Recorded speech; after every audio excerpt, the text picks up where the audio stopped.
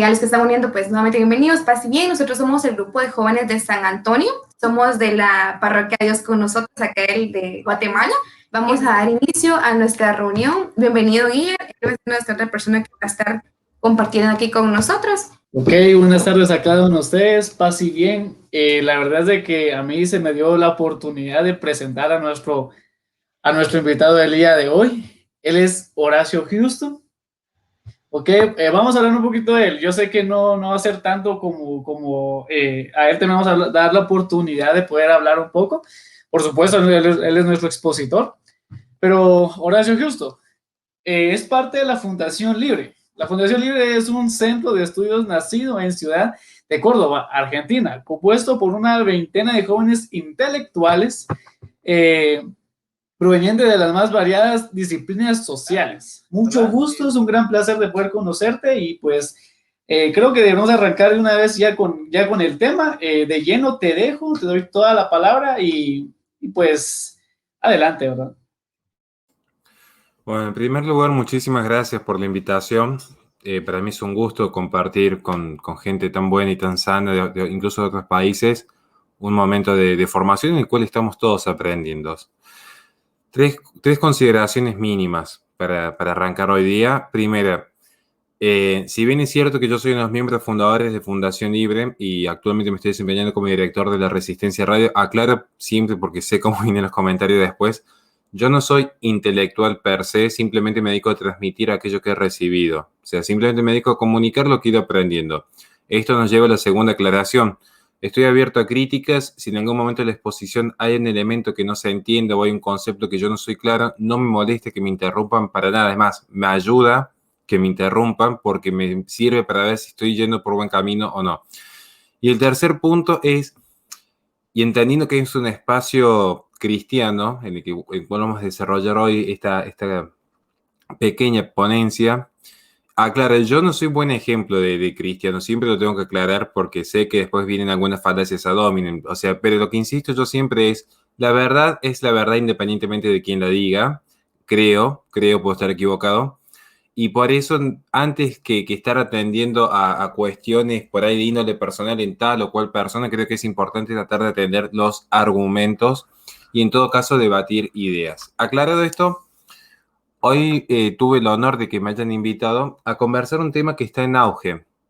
De hecho, creo que va a ser un auge importante en su país, va a ser un fenómeno propio de América Latina, luego de lo acontecido en diciembre del 2020 en Argentina. Creo que ha sido como Argentina como una suerte de punta de lanza de un fenómeno que ya se venía gestando en la región, pero que finalmente se empieza a institucionalizar, que es precisamente la legalización del aborto inducido. Y esto creo que es un tema de preocupación genuina para los cristianos.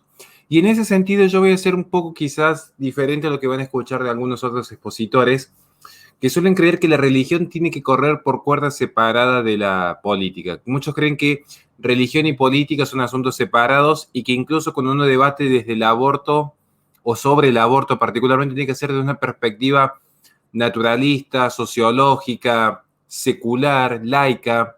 Y yo creo que ese ha sido el gran problema del cristianismo durante el siglo XX, siglo XIX, siglo XVIII incluso. Y ahora voy a exponer por qué. Porque creo que sí el cristiano tiene que tener una convicción firme respecto a su credo y animarse a debatirlo públicamente. Y más en una cuestión tan trascendental respecto a cómo vamos a interpretar lo que es la vida del hombre. Para esto, y para no extenderme tanto, voy a tratar de separar la ponencia en tres aspectos. En primer lugar, lo que es el aspecto filosófico, luego lo que es el contenido del aspecto moral de dicha filosofía y tercero, lo que es la implicancia política de las ideas filosóficas. ¿Bien? Entonces, vamos por la primera parte. Espero darme a entender y insisto, no me molesta que me interrumpan. Es muy común, y yo sé que seguramente a ustedes les ha pasado, como considero que son gente pro vida, de escuchar decir, desde la concepción hay vida. Creo que muchas veces se dice eso en los ambientes. Y uno cuando escucha eso pareciera ser que ya por el simple hecho desde que la ciencia con la IUN ha demostrado que la carga genética totipotencial se encuentra ya en la primera célula, en el cigoto, en aquel embrión, en aquel óvulo fecundado, pareciera ser decir, lo cual hay cierta verdad, decir, bueno, allí está condensada la información de cómo va a ser ese individuo a lo largo del desarrollo de todas sus potencialidades. Pero esa estructura básica se encuentra ya en el momento de la concepción. Y hay vida, por los conceptos básicos de lo que es la vida en términos biológicos, de decir, bueno, tiene justamente multiplicación celular, un proceso de metabolismo, un proceso de expansión, incluso individual, si bien es verdad que se asiste de la madre, bien, que es quien recibe dicho núcleo, lo cierto es que tiene un proceso individual, es decir, ¿por qué? Porque es una unidad indivisa que puede ser separada en cuanto a su estructura del aportante, entiéndase, el hombre y la mujer. Pareciera ser entonces que ya alcanzaría para el espacio provida sostener que hay una estructura genética diferenciada del universo, única y repetible, con su propio proceso de desarrollo, división y metabolismo. Y esto en parte es cierto. En términos aristotélicos, al menos es necesario que exista la materia, al menos, ¿bien? Entonces, ya la materia está. Ahora, vamos a indagar un poco más en este aspecto. Hay vida desde la concepción. No se sigue en la lógica que abortar esté mal, en términos de ética o en términos de moral. La moral, lo que va a indicarle al hombre a grandes rasgos es una guía en torno a lo que es el bien y lo que es el mal. Bien, si yo planteo que abortar está mal, no se sigue directamente de una tesis descriptiva. Te voy a dar un ejemplo más concreto. Yo estoy viendo en este momento a Helen. Yo puedo ver en Helen que detrás de ella hay un cuadro, pienso que es un pizarrón, porque no tengo muy buena vista. Y yo diría, bueno, ese pizarrón es blanco. Bien, podríamos estar de acuerdo que el pizarrón que está detrás de ella es blanco. ¿Qué estoy haciendo yo en ese proceso, en ese acto? Yo lo que estoy haciendo en esta acción es describir. Yo estoy describiendo lo que hay detrás de Helen. ¿Hasta ahí estamos de acuerdo? Pero no se sigue que yo al describir que hay un pizarrón blanco, Helen deba escribir en dicho pizarrón. Porque ella tranquilamente podría escribir en la pared si lo desease. Después veremos si está bien o está mal de escribir en la pared en vez de en el pizarrón. Pero para que yo le dijese, supongamos que yo fuese su padre y yo le dijese, digo, pues yo por ahí tomo el ejemplo con mi hija muchas veces, como verán. Entonces, si yo le dijese, no escribas en la pared, escribí en el pizarrón, tengo que dar razones suficientes por las cuales es moralmente válido escribir en el pizarrón y es moralmente inválido escribir en la pared. Pero tengo que dar razones suficientes de ello. Entonces, vamos a repasar para cerrar esta primera parte y tratar de hacer lo más escueto posible para las preguntas venideras. ¿Alcanza para el espacio pro vida sostener que hay vida desde la concepción? No. Porque es idéntico cuando yo le digo a mi hija, no salgas porque está lloviendo afuera. Yo le puedo decir a mi hija, afuera está lloviendo. Tesis descriptiva. Describo lo que es un fenómeno externo. Yo puedo describir cuando una célula sexual, al fusionarse con otra célula sexual, generan una célula totipotencial que estructura la genética del individuo. Puedo describirlo. Hasta ahí estamos de acuerdo. Y acá aparece el fenómeno de la ciencia. Bien, pero luego sostener que abortar está mal, luego sostener matar a otro, matar a un ser humano está mal, ya es una visión diferente. De hecho, uno cuando ve, vamos a tomar un ejemplo concreto del Código Penal a nivel universal. Esto es una experiencia. El Código Penal va a definir desde una ética normativa, entiéndase, voy a dar 4 ejemplos de una deontología para que se entienda. Voy a dar ejemplos de deontología, entiéndase, una moral absoluta. Una moral absoluta, y como moral absoluta y universal siempre se explica en términos negativos. Voy a dar 4 ejemplos de deontología explicada en normas negativas. No matarás, no robarás, no mentirás, no violarás. Bien, ahí tienen 4 ejemplos. Ahora, estos 4 ejemplos son acciones o prescripciones de las cuales el sujeto puede compeler o no, o se puede realizar, decir, bueno, estás obligado a santificar las fiestas, una acción positiva, una acción negativa es no matarás. Pero igualmente, la norma necesita de esa expresión del mundo para saber en qué sentido se va a aplicar. Vamos al ejemplo del no matarás. Bueno, ¿cuál es el requisito fundamental para matar, para que se realice la acción? Que se esté quitando una vida. ¿Cómo se define lo que es vida? Porque la norma no define lo que es vida. No sé si logran entender cuáles los silogismos. Es decir, yo tengo una norma que me dice no matarás, pero yo mato lo que está vivo. ¿Y cómo defino lo que está vivo? Bueno, allí es donde yo tengo que conjugar lo que es la prescripción, como un médico cuando le receta a un paciente un medicamento, prescribe, le dice, tienes que realizar tal acción, en inglés el have to be o el must to be, el tienes que hacer que, el debes hacer que, se conjuga con el campo descriptivo o científico. Entiéndase, vida humana, elemento X, Y, Z, vida animal, elemento A, B, C, objeto inerte, objeto igual a X, así se va definiendo lo que es un campo científico, o sea, a partir de la experiencia y una serie, lo que importa, no voy a entrar en una cuestión de epistemología y teoría del conocimiento científico porque surgiría una hora más del diálogo, digamos. Pero me interesaba separar esta parte, ¿bien? No sé si me he logrado dar a entender que es necesario, antes, y después van a ver por qué quise tocar el tema de la religión. La ciencia nos ayuda para describir el fenómeno, pero las normas morales no van a provenir de la ciencia. Esto me interesa que quede en esta primera parte. La ciencia describe fenómenos, pero no es la ciencia la que otorga las respuestas morales. Es la filosofía, más particularmente la filosofía moral. Y en la filosofía moral ingresan tres grandes vertientes, podrían ser más, pero en realidad están subsumidas en tres, digamos. La escéptica moral, o como muchos llaman relativismo, que de hecho no es tan común como muchos creen, hay muchos que confunden lo que es el relativismo moral. El utilitarismo, que quizás es el parangón del progresismo internacional vigente, lo que es la tesis utilitarista. Ejemplos concretos, Judith Butler, Peter Singer, estoy tomando algunos, Stephen Wise claramente.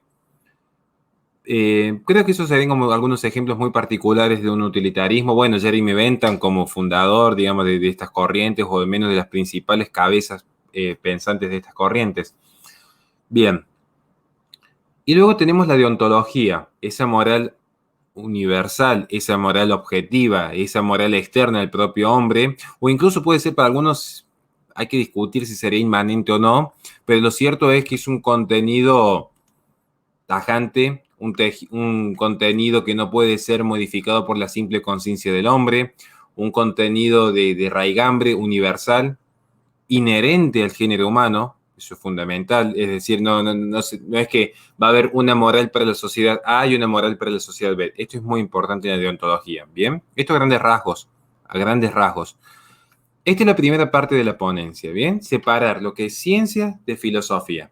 Explicar que no alcanza con decir que hay vida desde la concepción.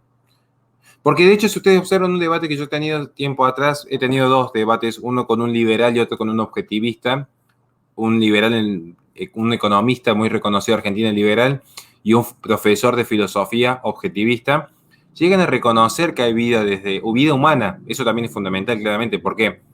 Por un principio aristotélico, es vida humana porque pertenece al género humano. Ya yo voy a hablar un poquito de eso.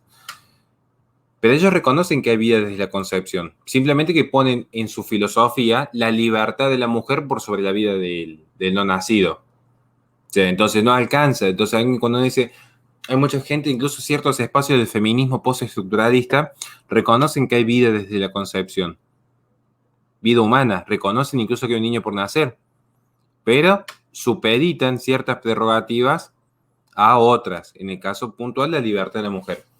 Esto es importante, ¿por qué? Porque justamente la filosofía lo que nos va a mostrar es que lo que hay en el embrión, y yo con esto cierro la primera parte, que se me había olvidado un detalle, es el embrión, aunque muchos les van a querer discutir esto es un poco de filosofía aristotélico-tomista, porque en realidad Santo Tomás no es que complementa lo que dice Aristóteles, o Aristóteles complementa lo de Santo Tomás. Por naturaleza propia, digamos, hubiesen llegado finalmente a las mismas conclusiones.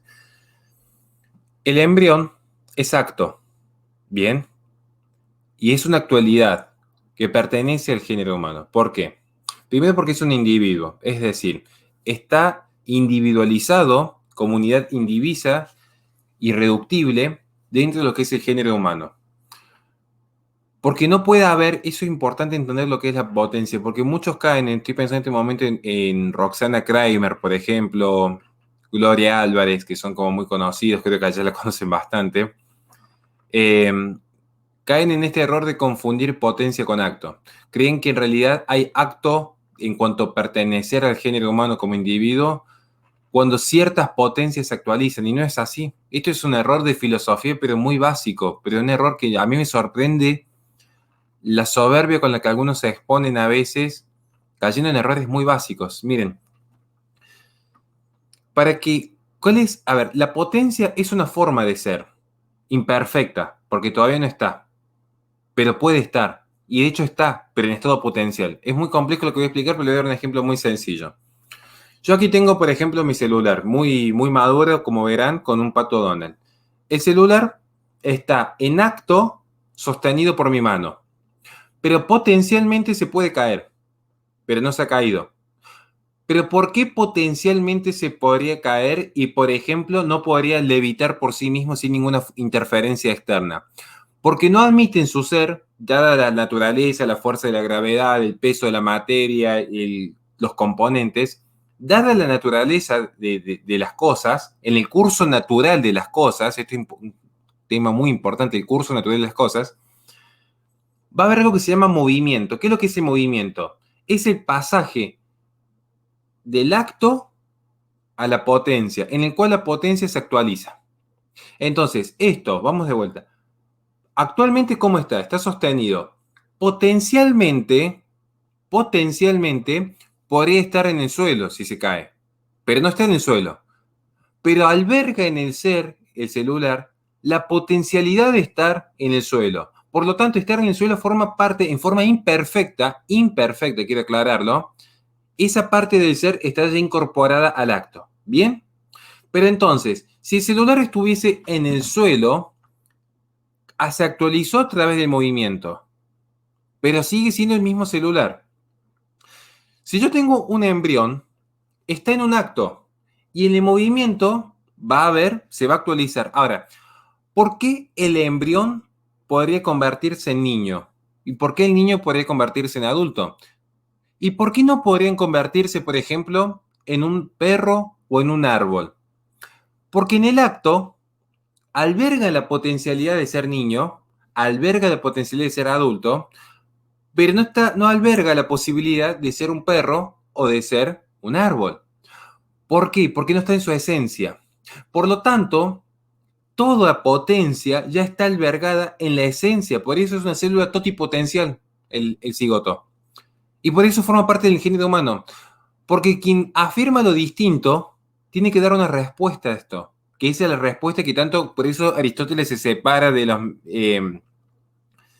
estudiantes hay una discrepancia respecto a las corrientes neoplatónicas o incluso con el propio Platón en cuanto al movimiento, en cómo entender el movimiento, incluso con Sócrates también hay una discrepancia. Pero a Aristóteles lo que le importaba en ese punto era entender cómo era el paso del movimiento. ¿Se entiende? Esto me voy a demorar un poquito más en esto, pero es importante. Porque si yo quisiera creer, supongamos, yo tomo el ejemplo de Brian. Yo podría decir, Brian va a ser ser humano a partir del tercer mes. ¿Por qué? Porque cuando empieza a desarrollar el sistema nervioso central. El tema es que ese desarrollo del sistema nervioso central, o incluso el desarrollo de la conciencia, porque insisto, el ser humano no es solamente materia, eso es cierto, el ser humano es materia más alma. O sea, y esa es la teoría monista, al menos yo tengo la teoría monista. La teoría monista que discrepa del dualismo tiene esta visión, o sea, es cuerpo y alma conjugados y mancomunados, no están diseccionados, no es que la conciencia está en un plano, en el plano de las ideas, y el mundo material en el plano del universo, están conjugados, en el monismo funciona así al menos. Entonces, Brian, yo si quisiera explicar cómo inicia su vida, yo dijese, bueno, va a ser cuando él tenga conciencia o cuando desarrolle el sistema nervioso central. En realidad eso son actualizaciones de su potencia, porque no podría haber desarrollado algo que no estaba presente ya en su ser, ¿bien? Por eso no podría haberse convertido ni en un caballo ni en un águila. Si yo plantease la teoría como plantean, pero espacios progresistas, ecologistas y feministas, que es lo que más me ha abocado, incluso parte de la posmodernidad, pero no sé si llegamos a hablar un poco de la posmodernidad de hoy. Yo dije, sí, bueno, va a ser solamente cuando tenga conciencia o cuando nazca.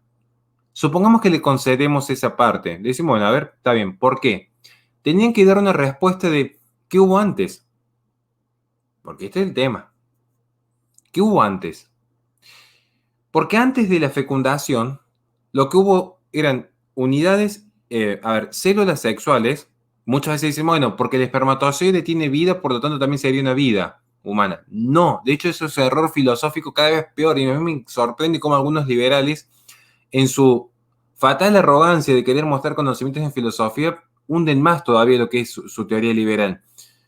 Porque si uno deja en el curso natural el espermatozoide por sí solo no genera un nuevo individuo. En cambio, en el curso natural de un embarazo, una vez que el cigoto ya se ha anidado, ya empieza a desarrollarse, ya empieza la división celular en el momento que se forma el cigoto, digamos, o sea, luego se anida. Pero digo, ya hay una vida desde la concepción, en el sentido que hay una vida humana que ya tiene una estructura diferenciada y que ya alberga la potencialidad en dicha estructura de que emerjan distintos accidentes, entiéndase, la altura, la conciencia, la razón, los brazos, las piernas, el sistema digestivo. Algo que el espermatozoide por sí solo no puede hacer, salvo que entre una fusión con otro núcleo totalmente diferenciado como el óvulo, y allí se genera un cambio drástico y sustancial, porque desaparece el espermatozoide, desaparece el óvulo y aparece una nueva estructura. Y este es un cambio radical, esto es un cambio de sustancia, pero en la sustancia del espermatozoide o el óvulo no se genera un ser humano por sí mismo. Eso es fundamental, porque he visto algunos errores en los últimos días luego del debate entre Agustín Laje y Gloria Álvarez, que uno dice, ¿con qué seguridad hablan temas que realmente desconocen, pero por completo? Entonces se espera haber sido claro en tema de acto y potencia. Es decir, el embrión ya es acto. Porque si el acto fuese en la actualización de la potencia, además que es una actualización, además que es un criterio muy discrecional y arbitrario definir que hay acto al tercer mes sin la razón de que hay entre la fecundación y el tercer mes, por dar un ejemplo, además que es una actitud arbitraria y que no da razón suficiente, no explica el cambio. Y si no pueden explicar lo que es el cambio, y no pueden explicar lo que es el movimiento en términos de filosofía, pueden ser que lo obliguen legalmente por la fuerza, pero no es razón suficiente en filosofía. Aclarada esta primera parte de la ponencia, espero haber sido clara, vamos a la segunda parte. Como dijimos, teníamos tres grandes partes en el día de hoy. Explicar filosofía en cuanto a ciencia, tesis descriptiva, tesis prescriptiva. Bien, ciencia, tesis descriptiva, filosofía, tesis prescriptiva. Ahora bien, esto nos compele a tener en consideración luego de dónde emerge, si vamos a hablar de filosofía, que matar está mal. Este es un tema que es interesante, porque ¿cómo justifica las personas que matar está mal? Es una preocupación muy genuina del género humano. Y una vez se dice, no, está mal porque está mal. Uno, por ahí, cuando les preguntan y les dice, ¿por qué está mal matar? Van a ver que no es, incluso hagan el ejercicio con sus padres, con sus hijos, con sus hermanos, con sus parejas, pregúntenle por qué está mal matar. Y si uno les empieza a indagar un poco, se van a dar cuenta que no es tan fácil la respuesta, aunque nos pareciera intuitivo. De hecho, el intuicionismo es una corriente de la filosofía moral dentro de la deontología que mayor problema tiene en su epistemología, que es justificar la naturaleza de su conocimiento. O sea, ¿cómo justificamos que matar está mal? Bueno, podríamos considerarlo, insisto, desde una visión netamente escéptica de la moral, creer que simplemente por acuerdos de voluntades, ahí caemos en una suerte de relativismo. Bueno, si la sociedad dice que está mal, está mal. Y si la sociedad dice que está bien, está bien. Si las partes lo acuerdan, será X. Y si las partes no lo acuerdan, será Y. Un escepticismo total. Podemos tomar una visión utilitarista. Donde decimos, en principio estaría mal matar siempre y cuando dicha no matanza genere un mayor placer, satisfacción y libertades a la mayor cantidad de personas posibles. Ahora, si un determinado tipo de muerte favorece a la sociedad, casos puntuales, el utilitarismo, que aunque ustedes no creen, es el 90% de la filosofía imperante en el mundo moderno. El utilitarismo hoy es la corriente imperante. No crean que en la ONU, la Organización Mundial de la Salud, Melinda y Bill Gates Foundation, Fundación Rockefeller, Soros y compañía, Charlie Munger, y no crean que son así escépticos radicales. Bueno, para algunos serán algunos proyectos luciferinos, pero en todo caso el discurso analizado filosóficamente es utilitarista. Es decir, ejemplos típicos. Mirad, la vida vale, pero ¿para qué vamos a hacer que nazca un niño en situación de pobreza? La vida vale, pero más vale la libertad de la madre de poder elegir. ¿Por qué la madre tendría que llevar adelante el embarazo de un abuso? Ante caso de la duda, que se priorice la vida de la madre. Estos son ejemplos típicos. Y esto que muchos dicen es relativismo, en realidad es utilitarismo, porque están diciendo, la vida vale, pero en función de la utilidad que genere. Algún día podríamos, si desean, hacer un vivo especial respecto a lo que es el utilitarismo para profundizar más, porque es la hegemonía de lo que se vive actualmente. Pero quería rescatar esta visión, digamos, cuidado que a veces se confunde, digamos. Mucha gente dice, Peter Singer, cuando escribe en Liberación Animal, que la vida de la vaca vale más que la del discapacitado mental, porque tiene conciencia per se, es relativista. En realidad lo que está demostrando es un utilitarismo, digamos. Peter Singer es uno de los principales precursores del utilitarismo postmoderno. Aclarado esto, después tenemos una tercera corriente que es la deontológica, que es en base a un orden natural, para algunos, ellos naturalistas, otros que ven en la propia dignidad inherente al género humano una suerte de prerrogativas que debieran ser obedecidas independientemente del reconocimiento o no que le dé el poder político. Insisto, estos son corrientes más naturalistas. Una corriente intuicionista que intuitivamente se sabe por una ley inscrita en el corazón de los hombres lo que está bien y lo que está mal.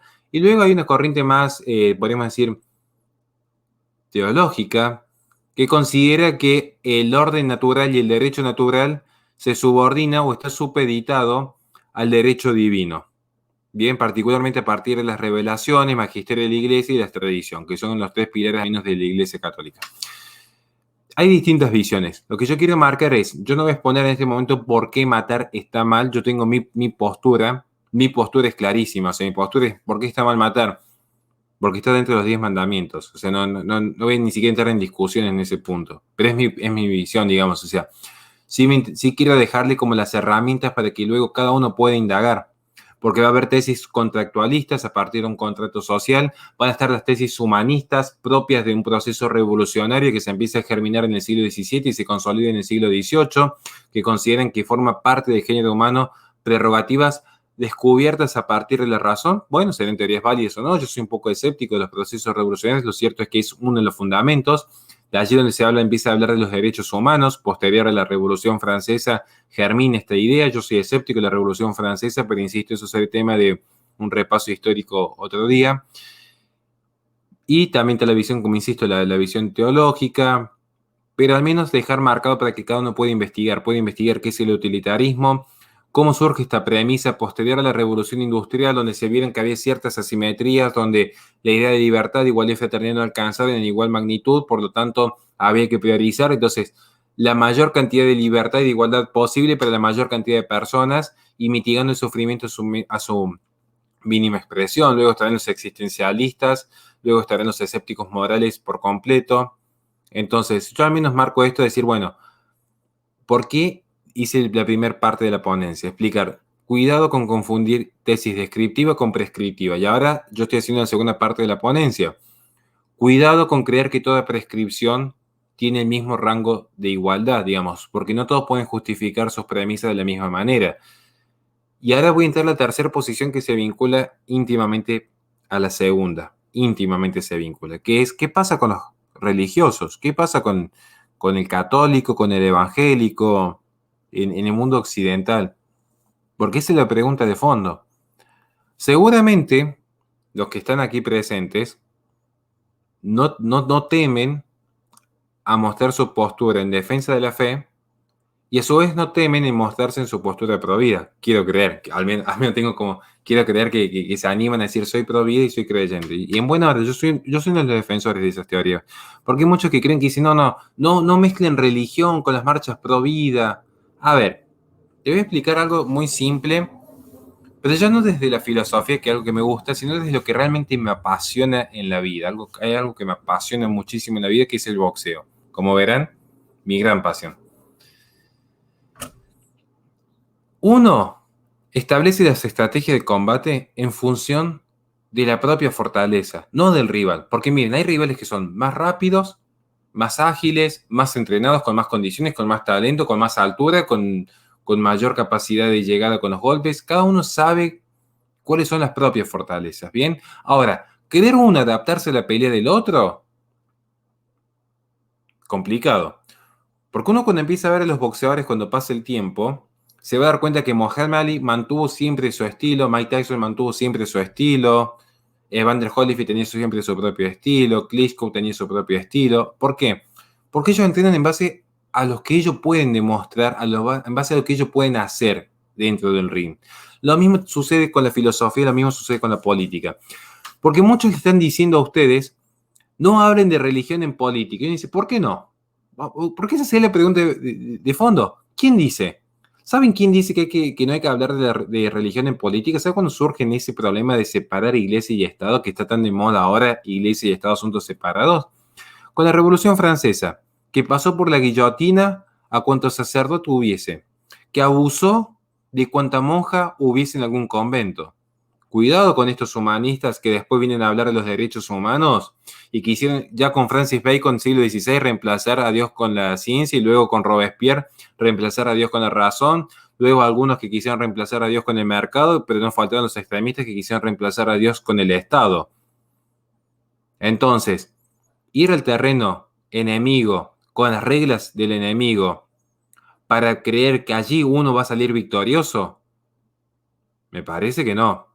Porque de hecho en el fondo lo que estamos diciendo es, es posible servir a dos señores. Puedo quedar bien con Dios, pero puedo quedar bien con el mundo secular y laico. El mundo secular y laico, que curiosamente uno cuando ve cómo funcionan los metas capitalistas, entiéndase Soros, Charlie Munger, Rockefeller, Bill Gates, ¿no creen que son el extremo comunismo?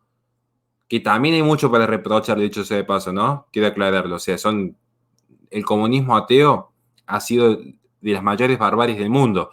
Pero digo, no caigamos en esta trampa. Porque uno cuando empieza a indagar un poco en los discursos que están a favor del genocidio prenatal, uno cuando empieza a indagar un poco, son teorías secularistas, que lo que necesitan es erradicar la moral. Porque las personas creen, aún el ateo más acérrimo, en algo cree. Y va a creer en la ciencia, va a creer en una teoría. Pues son teorías. La teoría de la evolución, por ejemplo, es una teoría. Cuidado con eso, que no es una ley, es una teoría. Las teorías están siempre sujetas a verificación. Como diría Karl Popper, todo conocimiento es provisorio. Entonces, claro, resulta que toda acción humana tiene un componente moral. Naturalmente tiene un componente moral. Les voy a dar un ejemplo muy sencillo. Que yo en este momento esté hablando y ustedes estén escuchando, hay un componente moral. Porque en el interior de ustedes hay un factor que le está diciendo, es moralmente válido no interrumpirlo abruptamente al que está opinando. ¿Ven con qué sencillo que es? Todos tienen un componente moral. Cada acción humana tiene un componente moral. Entonces, lo que sucede es que no van quien quiere erradicar la moral cristiana no va a caer en una neutralidad moral. Algún aporte moral va a realizar al mundo. Bien. Ahora, el tema sería, ¿cuál aporte moral? Porque el secularismo también posee una norma moral, también posee una capacidad de definir en base a qué está bien y está mal para el ser humano.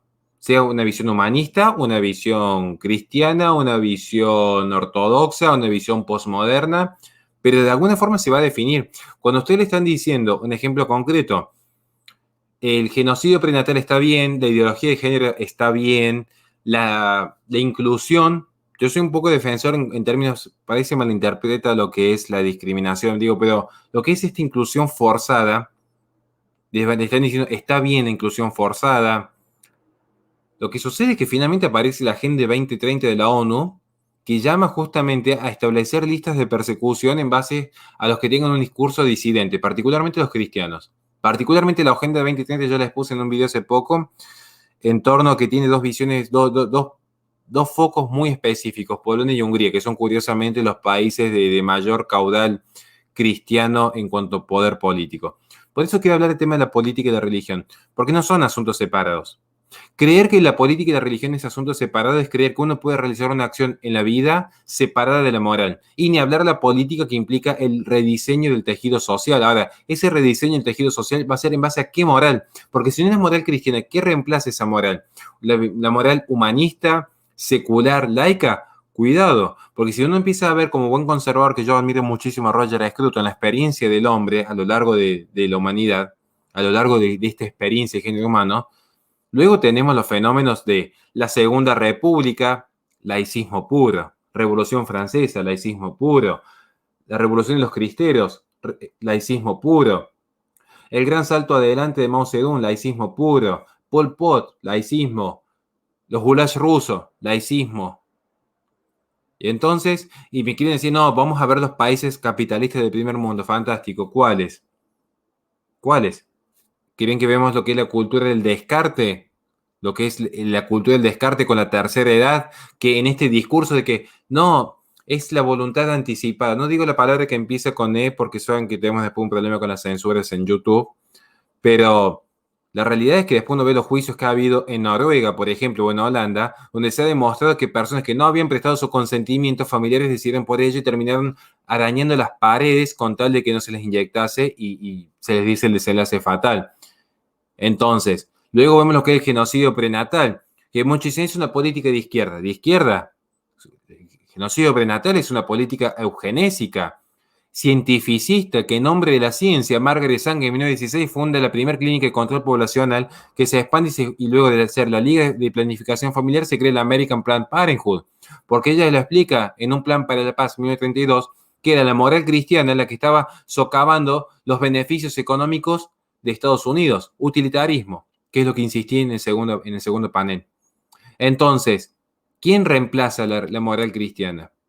Porque es muy lindo el discurso, pero ese también la posmodernidad. El discurso y la palabra como el homo deus creador, porque esa es la paradoja del hombre posmoderno. El hombre posmoderno ya no es una creación. El hombre posmoderno es un creador. Ya no se reconoce una creación de algo superior. Es un creador. Entonces, desconoce y aparece la cultura. Políticas transnacionales, identidades transespecie, construcciones transgénero, ciencia transhumanista, todo queriendo trascender, como Rousseau, queriendo instaurar un paraíso perdido, un paraíso del cual el hombre ha sido desterrado, pero que él por su propia razón puede volver a constituir en este mundo, desconociendo la naturaleza caída. Entonces, ¿qué moral va a reemplazar esta, la cristiana? Esa es la pregunta de fondo. Porque cuando a mí me vienen a plantear, no, hay una moral humanista de orden natural, yo diría, fantástico, ¿cuál? ¿Cuál? Porque el discurso, insisto, es propio de la posmodernidad. Hablan de un discurso, hablan de la palabra creyendo que puede construir este mundo perfecto, esta utopía, que dicho sea en la posmodernidad solamente hay distopías, pero ya es un debate aparte. Pero este discurso colisiona con la realidad, como aquellos que creen que por el simple hecho de un hombre decirle mujer, el hombre puede quedar embarazado. Así como colisiona el discurso con la realidad, lo mismo pasa con estos problemas morales, porque creer que el hombre inmoral, de naturaleza caída, imperfecto por su propia naturaleza, puede crear un sistema moral perfecto e implementarlo en forma perfecta, es desconocer lo que es la propia esencia de la humanidad. Entonces, si nosotros tenemos que la experiencia ha demostrado que donde hubo un altar hubo una civilización, y si no vean las ciudades en Europa que se han construido alrededor de abadías, por lo tanto, ya tenemos que empezar quizás a tener un poco de escepticismo con estos humanismos posmodernos, que lo que están diciendo en el fondo, en última instancia, lo que están afirmando es, el hombre se vale por sí mismo, el hombre no necesita de un ser superior, el hombre es capaz de constituirse a sí mismo como un ser creador. Incluso si puede crear la moral, que es lo que defino que está bien y mal, ¿qué le impide luego crear el concepto de decir, bueno, yo creo mi moral, yo designo cuándo hay vida, cuándo no hay vida, yo designo quién es hombre, yo designo quién es mujer, yo designo quién es animal, yo designo quién es un humano? ¿Qué es lo que está pasando ahora? Es lo que está sucediendo ahora. Así que bueno, perdón si me he extendido, ya llevamos 40 minutos, pero quería dejar más o menos en claro, insisto, no vengo a traer grandes soluciones, decirle hay que hacer esto, hay que hacer aquello otro. Se nos convocó para hablar justamente de lo que es el aborto y la religión y quise simplemente mostrar en 3 paneles cómo se vincula íntimamente, desde la ciencia y la filosofía, hasta cómo el cristianismo es una filosofía deontológica y cómo esta filosofía deontológica nutre las ideas de la sociedad. Porque si separamos la filosofía, a ver, la política siempre va a estar identificada con una corriente filosófica. El campo político cosecha lo que está cultivado en el campo cultural. Y en el campo cultural, justamente, la moral es un componente esencial.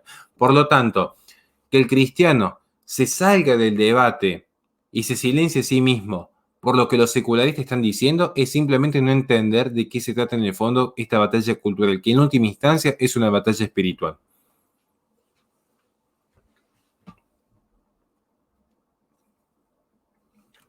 Creo que ya está yo. Muchísimas gracias. Realmente es algo muy amplio lo que nos está impartiendo. Nosotros no buscamos ser cerrados, al contrario, nosotros siendo el grupo religioso lo que estábamos intentando es abrir la mente a más opciones, pero realmente no hablar por convención, solo porque me dijeron esto, porque la sociedad me dijo que así es, yo también, sino realmente conocer e indagar por nuestro propio medio para poder pues formarnos nosotros mismos. Entonces ahorita teníamos una serie de preguntas que nos gustaría mucho que nos pudiera iluminar con su conocimiento. Y si nos ayudas, por favor.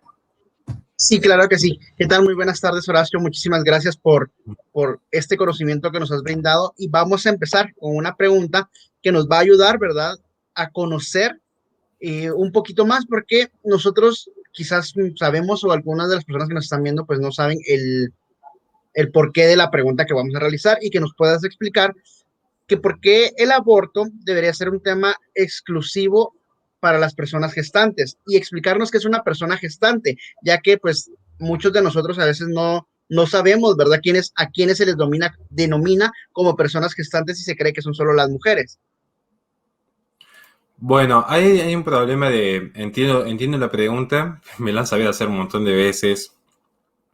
Recuerdo una vez debatiendo con una feminista que me lo supo decir en un momento, fue muy gracioso, creo que fue los debates más divertidos que tuve.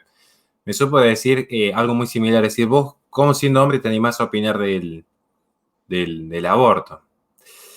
Bueno, hay muchas respuestas para dar.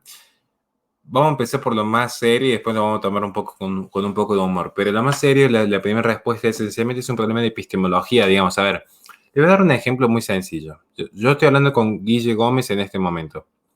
Supongamos que yo fuese asesino. Así es. Bueno, supongamos que yo fuese un asesino. Y yo le dijese a Guille Gómez lo siguiente.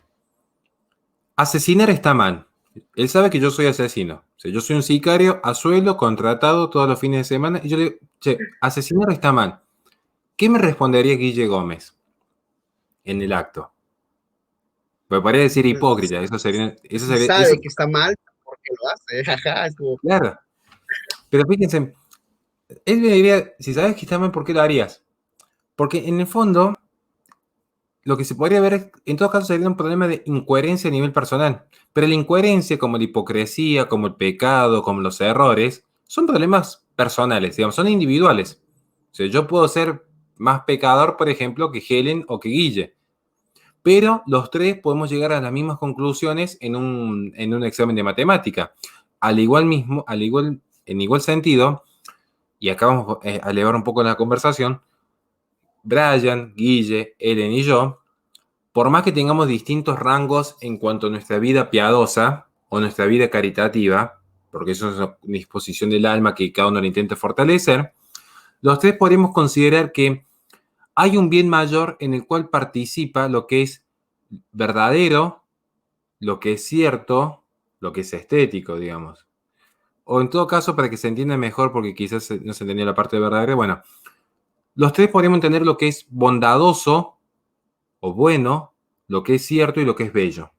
Porque hay una participación de un bien mayor.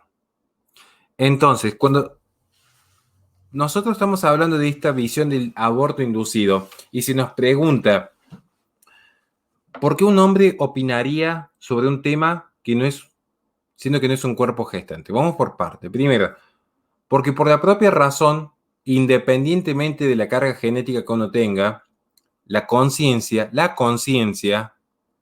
bien, si lo quieren ver el alma, si lo quieren ver digamos, la idea del yo, no voy a leer percepción porque se van a confundir después con estos problemas de autopercepción, pero si quieren leer, yo hace poco escribí qué es el yo. En Instagram hago unas reflexiones sobre filosofía todos los días.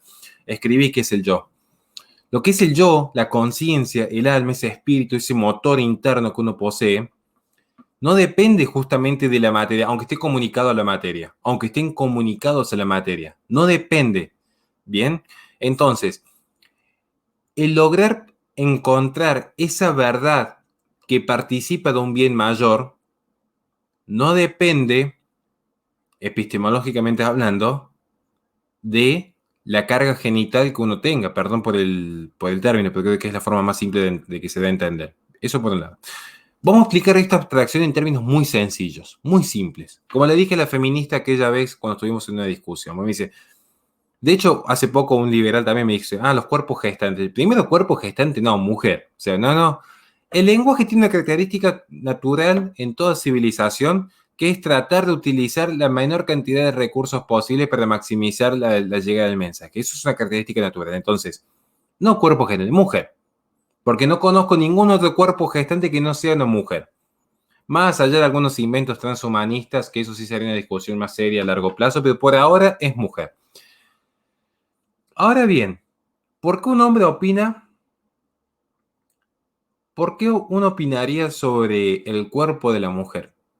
Yo no sé si opino sobre el cuerpo de una mujer, al menos yo no. Yo sí creo que opino sobre el derecho a la vida. ¿Por qué? Porque a mí no me abortaron, entonces creo que tengo derecho suficiente como para haber sido alguien que nació, de ponerme del lado del niño que están por reventar dentro del útero materno. Creo que intento uno al menos sentirse como una suerte de Batman en este mundo posmoderno, tratar de estar del lado más débil, digamos. Pero además les voy a dar otro ejemplo muy concreto. Miren, cuando alguien a ustedes le pregunte por qué un hombre opina sobre algo que no suele quedar embarazado, dos cuestiones. Opina desde el momento que el hombre puede embarazar a una mujer. Porque, a ver, el niño por nacer no nació solamente por una suerte de autofecundación de la mujer, como si la mujer fuese una suerte de esos pequeños sapos que andan por las Amazonías que se pueden fecundar a sí mismos, digamos. O sea, necesariamente, si la mujer estuvo embarazada, aún en los casos más extremos, que de hecho también podríamos dedicar un bloque a eso, aún así hay una participación del hombre. Pero en términos generales, es porque hubo una situación de consenso. En términos generales, una situación de consenso entre el hombre y la mujer. Entonces, eso ya habilita cierta participación. Pero ahora sí le voy a dar otro ejemplo que realmente lo que me interesa a mí, que es la cuestión epistemológica. A mí lo que me interesa es la epistemología. Le voy a dar un ejemplo concreto para que se entienda qué es la epistemología. Yo tengo una perra, una mascota que encontré en la calle, estaba medio deteriorada, así pobrecita, medio golpeada. La bañamos, le di un poco de leche, la llevé al veterinario el otro día y hasta el día de hoy está acá conmigo, ¿bien? Aunque a veces me dan ganas de matarla porque me rompe las cosas, pero la quiero mucho. Y cada tanto la llevo al veterinario, ¿bien? Entonces yo tengo un perrito así, marca Pepe, marca calle, en mi casa. Yo al veterinario no le pregunto, doctor o veterinario, ¿qué raza de perro es usted? Porque supongamos que, ¿qué me diría? No, yo no soy una raza de perro, yo soy un humano. Entonces, ¿qué me va a decir? ¿Qué le tendría que decir yo si tuviese esa mentalidad? No. Usted de veterinaria no sabe absolutamente nada porque usted es humano. ¿Cómo puede usted opinar de la ciencia para curar a mi perrita si usted es un humano? ¿Ustedes se imaginan un ser humano diciéndole eso a un veterinario? ¿Ustedes se imaginan una persona diciéndole al veterinario, usted no sabe nada de su ciencia, su arte y su oficio porque usted no nació perro? Por lo tanto, usted no puede opinar de esto. Devuelve el título. Maldito macho opresor. O sea, pero uno se ríe, pero curiosamente, ese ridículo de creer que para saber determinados conceptos uno tiene que haber nacido de determinada forma, curiosamente uno cuando lo explica con perritos y humanos, causa gracia. Ahora, es el argumento fundante de gran parte del feminismo posmoderno. ¿Por qué? Porque cae en el error del sensocentrismo, de creer que desde el sentimiento se construye el conocimiento. Por lo tanto, desde el momento que el niño por nacer tiene la capacidad de sentir dolor, existe. Si no, no existe. Confunden nuevamente actualidad con potencialidad. Creen que si el hombre se siente mujer, pasa a ser mujer. Y si el perro yo lo siento que es un hijo, es un perrijo.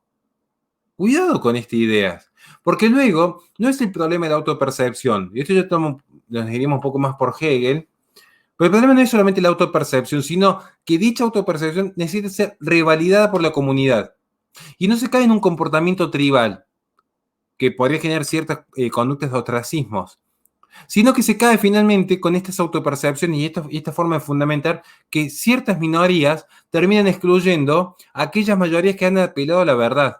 Porque la verdad es violenta. La verdad en la posmodernidad es violencia y por eso se habla de violencia simbólica. Por eso se habla de un ejemplo concreto, se va a hablar del aborto inducido, que es violencia simbólica cuando una mujer que ha contratado un servicio de aborto inducido tiene que escuchar la ecografía. Porque quienes somos papás sabemos cómo se escucha la primera ecografía de las primeras semanas cuando se escucha el latido. Se ve y se escucha, digamos. Claro, de repente ya no es un conjunto de células. Porque esto es lo que pasa. La verdad, la realidad, colisiona con el discurso y se genera una situación de violencia. Por eso no quieren que los hombres opinen, porque en el fondo tampoco quieren que opinen las mujeres. Porque en el fondo lo que no quieren es que haya una visión disidente. Porque cuando Florencia Lavey, por ejemplo, que es un hombre que se autopercibe mujer, sale a opinar de que hay 1 millón de abortos al año, cuando eso pasa, ahí está bien. Cuando un transexual opina, está bien. ¿No era que si no tenías útero no podías opinar? Porque objetivamente no tienen útero. Ahora, si se pone una peluca, automáticamente la opinión es válida. Y no es que sea válida por la peluca, es válida si simplemente le da la razón a la hegemonía progresista. Ahí es válida la opinión. Ese es el tema de fondo. Más allá que hay un problema epistemológico, el problema de fondo es un problema político. Silenciar la disidencia, silenciar la verdad. Por eso no tiene que tener miedo de ir con la verdad del mundo. ¿Qué va a pasar? ¿Que nos van a perseguir? Bueno, no será ni la primera ni la última vez en la historia de la humanidad. Pero no hay que quedarse callado ante esta situación. Espero haberme dado a entender con el ejemplo del perro y el cuerpo gestante de cuál es el error epistemológico de fondo. Muchas gracias, creo que sí, pues nos queda claro porque más que todo ahorita en el último ejemplo, ¿verdad? En el decir, porque cuando una persona, pues, o sea, un transgénero puede hablar ahí sí es válida, ¿no? Entonces, y por eso es que ahora le empiezan a denominar, pues, cuerpos gestantes, ¿verdad? Entonces, muchísimas gracias por respondernos esta pregunta. No sé si continúo con la siguiente. Bueno, entonces, la otra pregunta que tenemos acá es, prácticamente se dice que hay distintos tipos de aborto o distintas. Guía tu micrófono. Gracias, perdón, se fue un momento de error. Entonces, continuando, ¿verdad? Se dice que hay distintos tipos de aborto. ¿Usted podría aclararnos un poco de eso, de que la gente dice, no, hay distintos tipos de aborto, dependiendo las semanas, ¿verdad? Sí. ¿Quieren que hablemos un poquito de los distintos tipos de aborto? ¿Sí, si les parece? Sí, por favor. Bueno, voy a ver cómo puedo estructurar bien para que nos sea lo más útil a todos posible esta respuesta. Y si algo no se entiende, por favor, me interrumpen sin ningún problema. Porque de hecho, me aburro un poco y empiezo a mirar para los costados, pues tengo un problema de concentración, pero no, me hago cargo que es un problema mío. ¿Cómo podemos entender los distintos tipos de aborto? Voy a tomar, en este caso, estoy pensando, déjenme hacer un poco de memoria. Bueno, voy a tomar el ejemplo de Jody Thompson. ¿Les parece? Podríamos tomar el ejemplo de Thompson, que escribe una defensa del aborto y toma 3 ejemplos muy gráficos y lo escribe en plena revolución sexual, así que creo que nos vendría bien, aunque hayan pasado un par de años, creo que los ejemplos son válidos porque son de filosofía. Es una filósofa liberal en términos anglosajones de Estados Unidos, ha sido docente, no me acuerdo en qué universidad. ¿Les parece que tomemos ese ejemplo, que son 3, y vamos viendo distintos tipos de aborto? Bien. Thompson empieza explicando cómo justificar el aborto. En primer lugar dice, supongamos que hay un ser humano que vive en una casa. ¿Se entiende? Hay una casita chiquita y de repente el hombre que vive en esa casa, el ser humano, pues una mujer, quien sea, no quiere que viva más nadie en esa casa. Entonces empieza a sellar la casa, la sella de una forma impresionante, la sella. Sin embargo, por una pequeña endija, entra una semillita de persona, volando así por el aire, se incrusta en el medio de la casa y empieza a crecer. La pregunta moral que hace Thompson es, ¿por qué razón debería la persona que había tenido todos los cuidados habidos y por haber en sellar la propiedad tener que hacerse cargo de dicha semillita de persona? Ese sería el ejemplo típico. ¿Bien? ¿A qué nos remite esto? A las personas que han mantenido una relación sexual, se han cuidado y el método anticonceptivo ha fallado. ¿Te entendió el ejemplo? Creo que es gráfico, ¿no? O sea, trato de ser considerado por el horario, pero digo, el que quiso sellar la casa, como el que quiso tener cierto cuidado, bueno, finalmente falló. ¿Qué es lo que plantea uno? Miren, le voy a dar un ejemplo. ¿Cuál es el método anticonceptivo 100% eficaz por regla, por la propia naturaleza del método? La abstinencia. Ya. Pero es por regla naturalmente. El único método que no falla. Ahora bien, si uno observa, porque es muy gracioso, a mí me encanta la sociedad posmoderna, a mí, y algo que yo le dedico mucho tiempo, yo salgo a caminar con mi hija, vamos los dos, somos muy compañeros, y nos dedicamos a ver mucho lo que pasa en el mundo. Y es muy gracioso cómo la gente consume, y no ve qué es lo que consume. La gente, por ejemplo, compra preservativos y no los lee. Eso es muy gracioso, digo, ¿qué clase de ser humano consume algo que no sabe que está consumiendo? A mí me llama la atención. Porque en el propio preservativo, que supuestamente es el método más eficaz de todo, suponiendo que estuviese bien puesto con todo lo que enseña en la educación sexual integral, que está tan de moda, supongamos que funcionara todo perfecto, dicen, hay un sistema, hay una probabilidad de falla. Y está bien, es mínima, pero hay una probabilidad de que falle. Como todo producto. La materia se corrompe. Aristóteles. A ver, han pasado los milenios y nadie pudo demostrar algo contrario. La materia naturalmente se corrompe. Bien, entonces, ¿qué es lo que estoy diciendo yo con este primer ejemplo? Si entró la semillita de persona a la casa, ¿saben qué significa? Que también no estaba sellada. ¿Bien? Entonces uno me dirá, porque ya me lo han sabido intentar refutar, a decirme, no, Horacio, estás equivocado, porque en realidad quiso sellar la casa, pero bueno, falló el sistema. Bueno, ¿por qué esa semillita de persona, por qué esa persona tendría que perder su vida a causa de un accidente del cual no fue parte? Porque quien fabricó mal el preservativo o quien selló mal la casa por distintos accidentes que pueden pasar, tienen que asumir su responsabilidad, no la persona que no comete un acto. Es decir, es como que Guille tiene un conflicto civil y va a juicio con Brian y yo tuviera que pagar sin ni siquiera ser yo garante de nada. Sería una cosa ilógica. Y sin embargo, lo que plantean muchos sectores pro genocidio prenatal. Es curioso. Miren, les voy a dar un último ejemplo para cerrar este ejemplo, porque se note cuál es la incoherencia. Todos saben que en toda actividad sexual existe el riesgo de un embarazo, digamos, ¿bien? Incluso el propio preservativo ya lo marca, ni hablar con las pastillas anticonceptivas, digamos. Hay un margen de error, sea por la fabricación, sea por quienes se están cuidando y lo hicieron mal por distintos factores. Ahora bien, ¿cuál es el tema de fondo? Miren, este es el ejemplo. Si yo jugase la ruleta rusa, ¿qué probabilidades tengo? Bueno, perdón por decir la palabra, que sé que esto va a tener... Bueno, si yo jugase ese juego de la ruleta que tiene, ya saben, ¿qué probabilidades hay de que una de cada 6 tiros salga? Un 16,6%, si mal no me equivoco. Creo que es más o menos el porcentaje. Es decir, tengo pocas probabilidades. Dentro de todo es una de 6. Dentro de todo, ¿bien? Así muy azarosamente. Quiere decir que hay más probabilidades de que me salve a que no. Ahora, supongamos que el tiro sale y yo me muero. ¿Qué le diría yo a San Pedro? Si es que llego, ¿no? Porque ya sabemos lo que es la teoría católica respecto a las disposiciones de última voluntad, pero bueno, ¿qué le diría yo a San Pedro? No es justo que yo haya fallecido porque tenía pocas probabilidades. Eso no es un argumento. Es decir, si sabía que había pocas probabilidades, sabía que la gente por ahí, a esto a mí me molesta un poco, la gente confunde probabilidad con posibilidad. ¿Cuántas probabilidades había? Pocas. ¿Era posible o no era posible? Esa es la discusión de fondo que tiene que tener el pro vida. No tienen que entrar en estadísticas. ¿Es posible o no es posible? Si es posible, tenés que asumir las consecuencias. Si no, no hagas un acto cual puede generar una posibilidad X, si no querés asumir las consecuencias X. porque sabes que es posible. Si es posible que yo manejando, aunque haya pocas probabilidades, tenga un accidente, o contrato un seguro, o me hago cargo de las consecuencias, o no manejo. Pero no me puedo escudar en que hay pocas probabilidades, porque con ese criterio, ¿qué sucedería entonces con la lotería? Con la lotería hay pocas probabilidades que uno gane.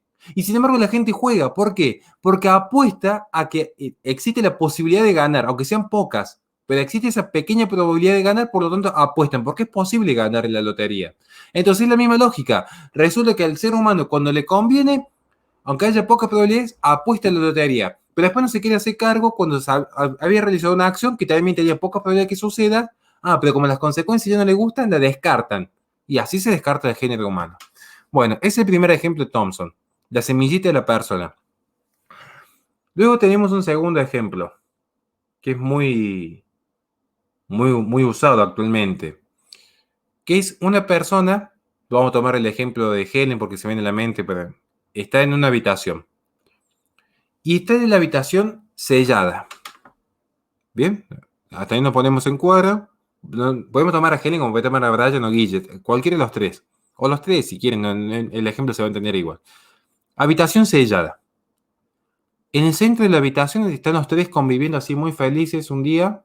En el centro de la habitación aparece un niño, un bebé. Aparece un bebé. Y el primer día están todos felices. Hay un bebé en el medio de la habitación, que cómo no van a estar felices con un bebé. Pero después se empieza a expandir el bebé. Se empieza a crecer. La habitación sigue sellada. Y el bebé crece y crece. Y uno dice, si el bebé sigue creciendo, nos vamos a morir asfixiados. Nos vamos a morir aplastados. Esto es lo que dice Thompson. La mujer muere aplastada en la habitación si no lo mata a tiempo. Entonces, ¿qué vida debería prevalecer? ¿La de la mujer o la del niño que se está expandiendo? Entonces, acá lo que nos lleva a una pregunta es el típico caso del aborto terapéutico. No sé dónde sacar la idea del terapéutico cuando lo terapéutico tiende a buscar la maximización y beneficio de la salud del género humano.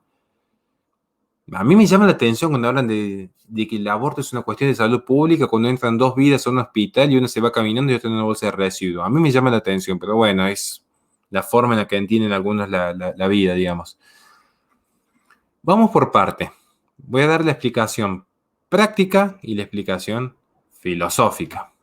Vamos, ¿les parece así? Vamos a la aplicación práctica. Aplicación práctica. Con la aplicación práctica lo que podemos decir es lo siguiente. En la aplicación práctica, hoy en la actualidad, es muy raro que se dé un caso, puede darse, pero es muy raro que haya que elegir entre la vida de la madre o la del niño por nacer. Puede pasar. Pero es hoy como ha avanzado la ciencia moderna en términos de medicina, apelar a una excepción para construir una regla es cuanto menos falaz, porque las excepciones no se construyen reglas. Y muchos lo que hacen es querer construir una regla jurídica desde una excepción en el campo médico. Entonces, de una excepción médica no se puede construir una regla jurídica. Aclarado esto, ¿no? O sea, hoy por cómo avanzó la ciencia, no. Pero vamos a la parte filosófica, que es lo que al menos a mí más me interesa. ¿Qué vida debería prevalecer? Es complicada la pregunta. Yo me la he hecho muchas veces. Y le he intentado explicar y no siempre me ha salido bien. Pero yo creo que no tiene que prevalecer ninguna de las dos. Yo creo que ambas tienen que prevalecer.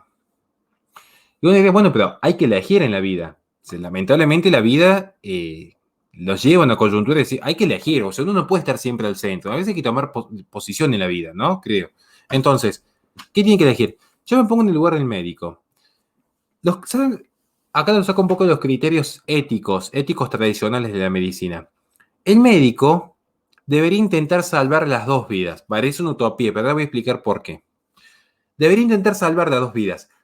Y que el alea, ¿saben lo que es el alea, no? Digamos, es parecido al azar, pero no es el azar, digamos. O sea, es como el devenir causal y también casual del curso natural de las cosas. Es el devenir natural, ¿bien? Pero que está por fuera del control del hombre. Eso es importante.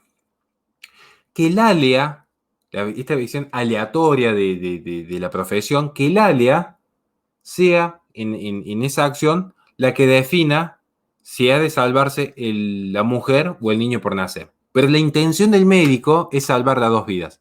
Luego, lamentablemente, porque esto es una realidad, es lamentable, si se pierde una vida es una fatalidad para la humanidad. Al menos a mí me ha tocado transitar algunas situaciones similares. Es una fatalidad, no hay cómo describirla.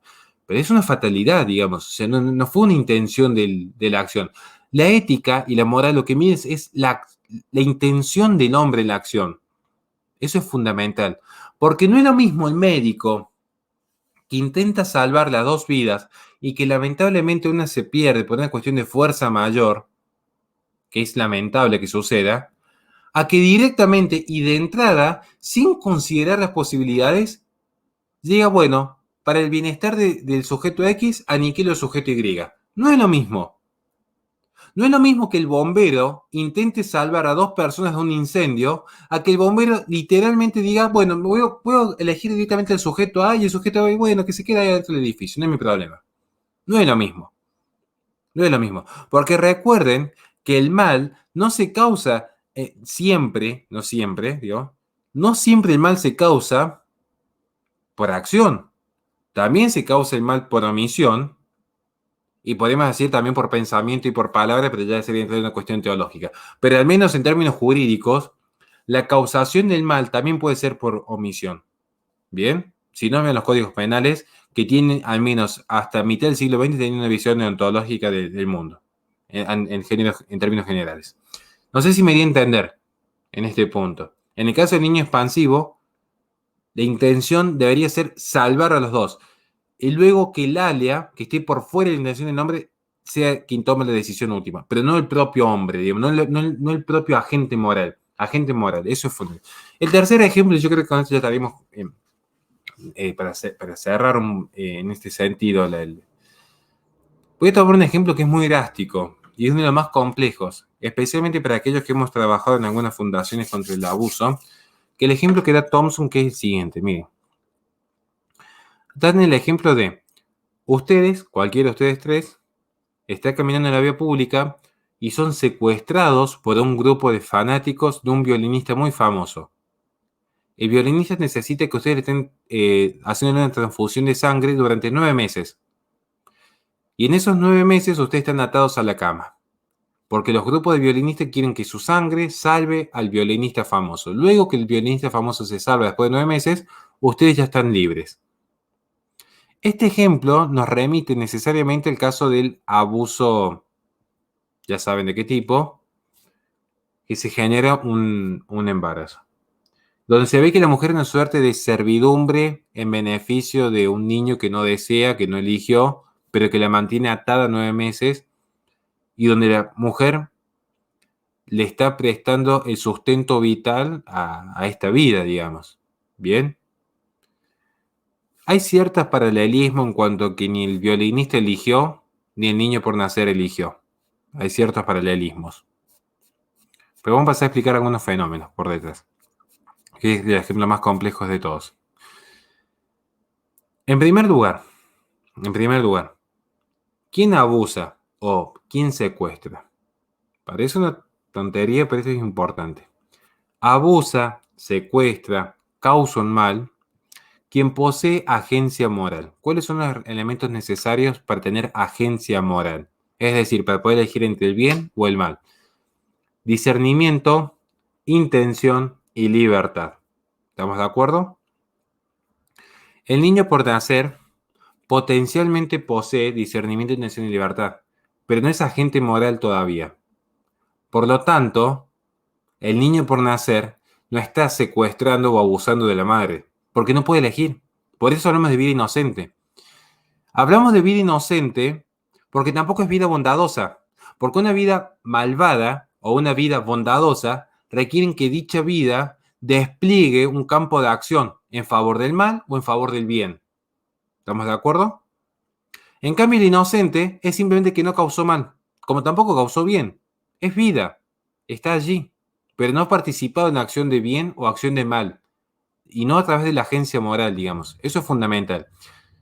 Entonces, querer aplicar este ejemplo yo creo que es muy falaz, primero porque la mujer, a ver, no voy a mitigar jamás el dolor, ni siquiera voy a, porque hay muchos que suelen argumentar a veces diciendo que en realidad la mujer no está atada a la cama. Sí, pero yo entiendo porque trabajé en una fundación contra el abuso de este tipo y sabemos el dolor que carga la mujer, sabemos que, no sé, no, sería incluso hasta minimizar el dolor, de decir, bueno, pero la mujer puede seguir caminando y puede seguir viviendo 9 meses una vez que está atada a la cama. Sí, pero igualmente sabemos que es una carga afectiva, psicológica, íntima, muy difícil de llevar adelante. Y más con un embarazo que naturalmente una mujer con un embarazo deseado dentro del matrimonio tiene un problema importante hormonal, es una realidad que le cuesta muchas veces mantener el humor porque cambia el sueño, cambia el apetito, o sea, y hay que saber acompañar a una mujer en esa situación. Aún así, imagínense en una situación de embarazo por abuso, digamos, es impensado. Pero acá lo importante es lo siguiente, miren, supongamos que Brian está caminando por la vereda y yo voy del lado de la calle, o sea, voy también al lado de él, pero él va del lado de las rejas, digamos, yo voy del lado de la calle y pasamos por frente de la casa de Guille. Pasamos por frente de la casa de Guille. Entonces, voy yo, va Brian, y cuando pasamos por frente de la casa de Guille, en ese instante, yo lo empujo a Brian adentro de la propiedad de Guille. ¿Se entendió el ejemplo? O sea, yo lo empujo a Brian, lo tiro así adelante, adentro de la casa de Guille. Lo empujo y cae adentro. ¿Qué debería hacer Guille en ese momento? Muchos dirían, mi cuerpo, mi propiedad, le meto un escopetazo, porque invadió mi propiedad. Pero en realidad no es que invadió la propiedad. El que realizó la invasión fui yo, que usé como objeto, como poder tirar una piedra, poder tirar cualquier objeto, a un cuerpo humano. Pero en realidad, cuando yo lo empujo a Brian adentro de la casa de Guille, Brian no está actuando con agencia moral. ¿Se entiende? Él no está siendo partícipe, porque él actuó como objeto, no como sujeto. Por lo tanto, y esto que ejemplo que yo di gráfico, lo que intento explicar es, si X daña Y, no se sigue jurídicamente que las consecuencias las deba afrontar Z. Porque si yo traslado el peso jurídico y el castigo de la acción de X a Z, nada impide luego que por cualquier acción, cualquier agente tenga que responder por crímenes que no cometió. E incluso lo que es heredar deudas o crímenes de los antecesores, ya incluso en el derecho romano había desaparecido esta visión. Me sorprende que en pleno siglo XXI esté esta regresión constante del pasado, tanto que hablan de los ortodoxos cristianos, son los primeros en volver al panteísmo y a las prácticas más viles del sistema jurídico. Por eso ese ejemplo del aborto en caso de abuso, quien lo justifique me tiene que explicar cuál es la razón moral por la cual el sujeto Z tiene que asumir las consecuencias de la acción de X. Si alguien me lo explica, yo con gusto lo debato, pero me lo tiene que explicar en forma acabada. Me tiene que explicar primero, tendría que reconocer, si no quiere reconocer que Z es un sujeto de derecho, que explique desde la medicina y la ciencia qué es si no es una vida humana. ¿Qué es si no es una vida humana? Cuando hasta los propios pro aborto reconocen que eso es vida humana. Pero que luego explique por qué esa vida humana valdría menos en base a dos categorías. Si el papá es una persona de bien, su vida vale 100. Si el papá es un abusador, su vida vale 0. Me parece que el valor ontológico de la vida humana no depende de lo que ha hecho el padre, me parece. Pero bueno, espero haber sido claro en este ejemplo de los distintos tipos de aborto inducido y cómo se justifican filosóficamente. Muchísimas gracias, Horacio. Gracias a ustedes. Ok, entonces, siguiendo con las preguntas, también tengo una pregunta a la cual yo la verdad he escuchado mucho este término, pero me gustaría que me explicaras un poco si el término es correcto o si no es correcto, y si no es correcto, ¿por qué? He escuchado mucho acerca de la interrupción del embarazo. Entonces, me gustaría que me explicaras el término, por qué se acuñó el término y por qué el término, aunque yo entiendo que acá todos entendemos que el término es incorrecto, pero ¿por qué es incorrecto el término? El término interrupción alude principalmente a un proceso que puede ser pausado y luego reanudado. Y muchas veces las feministas, especialmente la militancia feminista promedio, suele acudir y decir, no, en realidad se puede interrumpir un proceso que se puede cancelar por completo. Tendríamos que ver etimológicamente, porque en principio, al menos tradicionalmente, interrupción aludía justamente a un proceso que puede ser frenado y luego reanudado. Esta es la idea de base. Y se habla de interrupción de embarazo y se dice que en realidad el término es erróneo porque el embarazo, una vez que se finaliza por cualquier medio, nunca reanuda. Porque nunca hay dos seres humanos exactamente iguales. Aún si hubiese ciertas coincidencias en el genotipo, hay diferencias en el fenotipo. Entonces, nunca va a haber dos seres humanos iguales. Por tanto, no puede haber dos embarazos exactamente iguales. Por el simple hecho de que no hay dos tiempos iguales. Miren, esto ya está en la filosofía griega. El hombre no se baña dos veces en el mismo río. Esto es un concepto, parece una tontería, pero esa idea de que el hombre no se baña dos veces en el mismo río significa que una vez que el tiempo ha fenecido, no hay un regreso al mismo. Y una vez que la materia se ha corrompido, y una vez que se ha realizado el movimiento, no hay posibilidad de retracción. ¿Bien? Ahora bien, ¿qué sucede? Lo que sucede es que se habla de interrupción porque en el fondo lo que hay detrás de este mensaje es un mensaje propio de la posmodernidad, que es creer que desde el propio discurso se construye la realidad. Porque una vez que se habla de interrupción de embarazo, cuerpo gestante, mi cuerpo, mi decisión, la maternidad será deseada o no será, esto es fundamental, propio del postestructuralismo, que es creer que desde el lenguaje, desde la palabra, se construye el mundo. Entonces, creer que la maternidad será deseada y por lo tanto uno puede interrumpir la maternidad y el embarazo cuando desee y reanudarlo cuando desee es poner a la gente que desde su racionalidad, desde su discurso, desde su palabra, decida cómo va a ser el mundo independientemente del dato objetivo, porque la mujer es madre en el momento que está albergando en su útero una vida nueva. Pero creer que lo puede interrumpir o no, es decir, bueno, no importa el dato objetivo, no importa que objetivamente ya sea madre, sino que la mujer dice, yo voy a ser madre cuando yo desee serlo, como yo desee serlo, en el momento que desee. El Homo Deus en su máxima expresión. Yo creo como quiero crear el mundo. Esa es la visión de digamos, un creacionismo antropocéntrico, a grandes rasgos. Y es un poco lo que subyace en esa frase. La interrupción del embarazo es considerar que el hombre puede, el género humano, el ser humano puede, literalmente, obviar toda regla de la ciencia y simplemente constituir su realidad desde la palabra. Por eso se habla de interrupción, por eso se habla de lenguaje inclusivo, por eso forma parte en algunos aspectos de la cultura de la cancelación, desde la palabra misma, constituir la realidad. Pero la realidad es otra. La realidad es que hay un embarazo que ya está gestándose. La realidad es que la mujer que aborta, lamentablemente, y conozco muchas mujeres que han abortado y las estamos ayudando y trabajando, pero la realidad es que ya era madre. Luego tomó una decisión. Pero eso no quita la realidad, eso no quita el vestigio biológico que queda en su cuerpo, eso no quita el mundo externo que se vio alterado porque hubo una existencia individual que de repente ya no estuvo. O sea, hay un cambio. Y si hay un cambio es porque hubo una materia. Y si hubo una materia es porque hubo un ente. Y si hubo un ente es porque hubo un ser.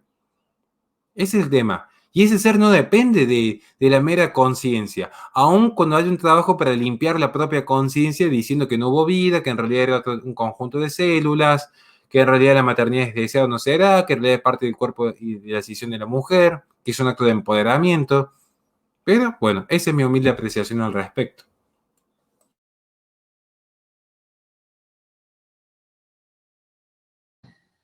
Ok, gracias. Entonces, finalizando con las preguntas, ¿verdad? Helen, no sé si nos puedes hacer el favor, una pregunta tuya. Muchas gracias. Tanto como pregunta, era enfocarlo, porque ciertamente se menciona acerca de la ciencia, filosofía, de cómo se enfocan estos ámbitos, pero y acerca de lo psicológico, de cómo la persona, del sujeto y el objeto, como usted lo mencionaba, cómo nos afecta eso psicológicamente. Y no solo a la persona que lo está viviendo, sino, por ejemplo, a nosotros que lo estamos viendo, que estamos desde un punto cristiano, por así decirlo, la piedad, ¿dónde queda la piedad? ¿Dónde queda la misericordia? Entonces, algún consejo, por así decirlo, que nos pueda brindar desde un punto de vista psicológico. Bueno, yo lo primero que diría, hay mucho para hablar en términos de la psicología. Yo para cerrar, porque ya en un rato tengo otra llamada de otra radio, lo que les recomendaría es que se pongan a indagar cada uno de su hogar. Es más, creo que tengo algunos videos en mi canal, pero no me quiero hacer publicidad en ese sentido, pero sino que me escriban por privado y les paso el contacto de algunos psicólogos respecto a qué es el síndrome post-aborto, que curiosamente tiene los mismos síntomas del estrés postraumático.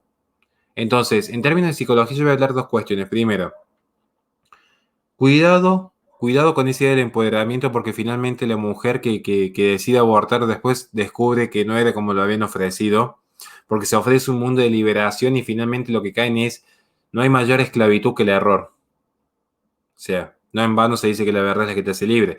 No se muestra la verdad completa, como en el dilema del prisionero. Al no mostrarse la verdad completa y el carecer de información, la persona es libre de elegir y termina eligiendo mal en más de una ocasión. Y después se ven las consecuencias.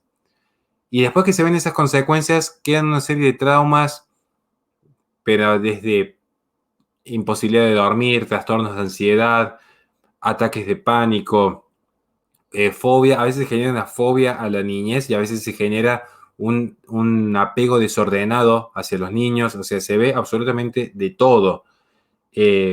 Tendencias con ideaciones al, bueno, finalizar con la propia vida, no quiero usar la palabra. Entonces, eso es fundamental. Y ya para cerrar, quiero tocar un tema específico, perdón si me voy un poco de temas, pero sí quería dejar este mensaje. Perdón si abuso un poco la palabra en este sentido. Pero estamos hablando un poco de psicología y misericordia y caridad. Quiero tocar un tema antes de terminar, porque estoy muy contento que me hayan invitado y que me hayan dado la posibilidad de exponer algunas muy breves y humildes ideas. Me interesa hablar mucho de lo que es no sé si la psicología, porque quizás esa área me exceda un poco, quizás un poco las ideas pro vida. Yo he visto, por eso también me he alejado un poco del movimiento. Antes van a ver que yo tenía muchas fotos con el pañuelo celeste acá, el pañuelo celeste allá, y que vamos a hacer política. Y me he ido alejando un poco de eso. De hecho, si ven mi Instagram, que es donde me encanta escribir y subir algunas ideas, todos los días subo alguna idea nueva, ni siquiera ya hay fotos mías, ya ni siquiera me interesa, ¿no?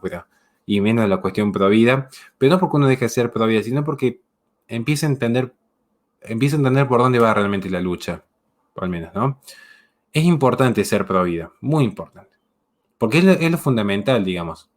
O sea, no hay nada más valioso que la vida humana, al menos en estos términos de existencia, porque es a través de la vida donde, si lo quieren ver en términos existencialistas, es lo que define el ser. Y el ser siempre es más deseable que el no ser. Experiencia universal. Y desde el punto de vista teológico es porque es el camino por el cual una persona puede alcanzar su redención. O sea, lo veamos desde un punto de vista existencialista o lo veamos desde un punto de vista teológico, la vida importa, ¿no? Y eso creo que es importante dejar en claro. Ahora, ¿es importante que el cristiano se involucre en política? Sí. ¿Es importante que la gente pro vida se involucre en política? Totalmente. Y ahora, ¿cómo nos involucramos? Esa creo que es la pregunta más importante. Pero no en cuanto a qué partido o qué espacio apoyar o qué mensaje dar. Si me armo un TikTok o si me hago youtuber o si me hago escritor. Sino, ¿cómo se paran ante la vida? Miren, yo he conocido mucha gente que se hizo pro vida. ¿Saben por qué? Por odio al feminismo. Y yo no sé si es el camino. Al menos yo no sé. Si nosotros vamos a transitar esta vida sin un sentido de misericordia, creo que es difícil la existencia. Creo que es difícil. Si nosotros no entendemos lo que son las virtudes cardinales y particularmente la más importante de todas, porque es la que subyace aún después de la muerte, que es la caridad, creo que no hemos entendido finalmente a qué hemos venido a este planeta. Porque miren, adversidades vamos a tener siempre. Gente que nos odie, gente que nos blasfeme, gente que nos injurie, que nos calumnie, que nos agrede, va a haber siempre. Pero si uno es pro vida, no es por odio al feminismo, odio al progresismo, odio al ecologismo. Porque es cierto que hay que odiar el error en parte, eso es cierto, pero a veces se confunde al feminismo con las feministas. Y yo he visto cada atropello en debates, en cosas. Digo, a ver, esa feminista, se lo dice alguien que a mí me cambió mucho la perspectiva trabajar con gente que viene de estos lados, gente que ha salido de las drogas, de la prostitución, que han abortado. Hemos visto de todo. Tienen vidas complicadas. Curiosamente, no todos, pero hay muchos niños pro vida, o gente pro vida, mujeres también, que no saben lo que es realmente estar en la calle y no saben lo que es realmente el sufrimiento y la miseria. Entonces, si uno no conoce las miserias, difícilmente entiende lo que es el sentido de la misericordia, que es la miseria en el corazón propio, verla reflejado también en otros. Entonces, yo sí apelo mucho a que quienes estén en este vivo, que sepan entender que el odio no se combate con más odio. Y si ya de por sí hay una ideología, pues es un problema de fondo de las ideologías en general, pero particularmente las ideologías imperantes en el progresismo posmoderno, fomentan el odio, porque es una realidad. El feminismo fomenta un odio al hombre, un odio al niño por nacer, un odio a la sociedad establecida, un odio a las tradiciones, un odio al cristianismo. Combatirlo con más ataques, con más violencia, se combaten ideas. Uno ataca las ideas. Yo puedo atacar las ideas del feminismo, pero no a la feminista, porque esa feminista en definitiva no deja de ser la hija de, la hermana de, la mujer de. No deja de ser un ser humano individual, no deja de tener un valor por sí mismo, un valor preciado en sí mismo. Entonces, ¿uno qué es lo que quiere? ¿Humillar a la feminista o que la feminista se salve? Que la feminista encuentre la verdad, encuentre la libertad, encuentre un propósito en la vida, que es lo más difícil en este mundo. Por eso, perdón si me extendí en este saludo final, pero quería simplemente aclarar eso, es decir, traten de no caer por ahí en esas visiones de con tal de conseguir más likes, más suscriptores. Miren, a mí saben que me hace muy feliz, no es más allá que agradezco enormemente cuando pasamos los 1000, cada 1000 suscriptores en YouTube, yo lo agradezco mucho, porque bueno, vivo de eso y lo valoro mucho. Pero más feliz me hace, o al menos yo me encontré cuando de repente una persona que dice, mira, yo, ni siquiera voy a decir que yo era feminista, me han hablado cosas muy fuertes, gente que me ha dicho, yo he abortado y necesito ayuda. O sea, y yo creo que uno tiene que apuntar ahí. Gente a ver, que el hijo vuelva a la casa del padre. Creo que ese es el fin último que nosotros tenemos. Creo, al menos el mío. Y yo sé que de repente está mucho esperando un discurso más secular, más laico, pero no es mi estilo. O sea, yo en ese sentido voy a estar siempre diciendo, miren, a mí qué es lo que me interesa, que el hijo vuelva a la casa del padre. Y si puede, que de paso me lleve a mí también, porque yo sé que estoy bastante perdido en ese sentido, pero al menos yo lo reconozco y al menos dijo, bueno, tratemos entre todos de ayudarnos y ante todo la misericordia. Ante todo la misericordia.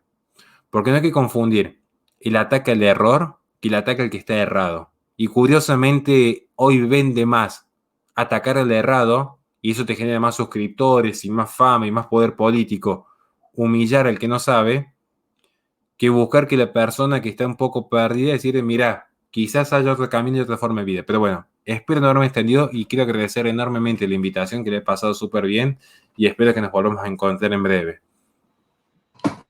Claro que sí. Muchísimas gracias. Muchas gracias por la información, en serio.